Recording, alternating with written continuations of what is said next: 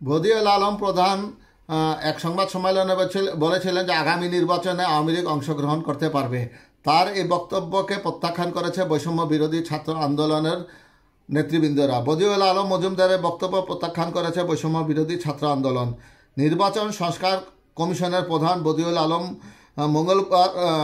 মজুমদার বলেছেন, আগামী জাতীয় সংসদ নির্বাচনে অংশ নিতে আওয়ামী লীগের কোনো বাধা নাই। বদিউলের এই বক্তব্য প্রত্যাখ্যান করেছে বৈষম্য বিরোধী ছাত্র আন্দোলন। সংগঠনটির মুখপাত্র উমামা ফাতেমা স্বাক্ষরিত এক প্রেস বিজ্ঞপ্তির মাধ্যমে নির্বাচন সংস্কার কমিশনের প্রধানের এই বক্তব্য স্পষ্টভাবে প্রত্যাখ্যান করা হয়।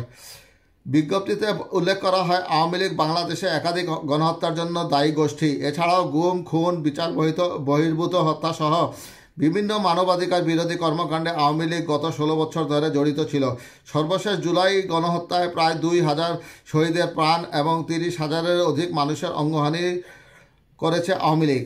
আওয়ামী লীগ বিগত 3টি নির্বাচনকে অবৈধ উপায়ে নিজেদের কুক্ষিগত করেছে। যে দলটি বাংলাদেশের নির্বাচন ব্যবস্থাকে কলঙ্কিত করেছে তাদেরকে নির্বাচনে অংশগ্রহণের সুযোগ প্রদান জন আকাঙ্ক্ষার বিরুদ্ধাচরণ বলেছে সমন্বয়করা। বিজ্ঞপ্তিতে আরও উল্লেখ করা হয়, বৈষম্য বিরোধী ছাত্র আন্দোলন যে কোনো রাজনৈতিক কর্মকাণ্ডে আওয়ামী লীগের অংশগ্রহণের বিপক্ষে অবস্থান করবে। নির্বাচন সহ যে কোনো রাজনৈতিক কর্মকাণ্ডে আওয়ামী লীগ অংশগ্রহণ করলে জুলাই গণ অভ্যুত্থানে শহীদদের রক্তের সঙ্গে বেইমানি করা হবে বলে তারা জানিয়েছেন।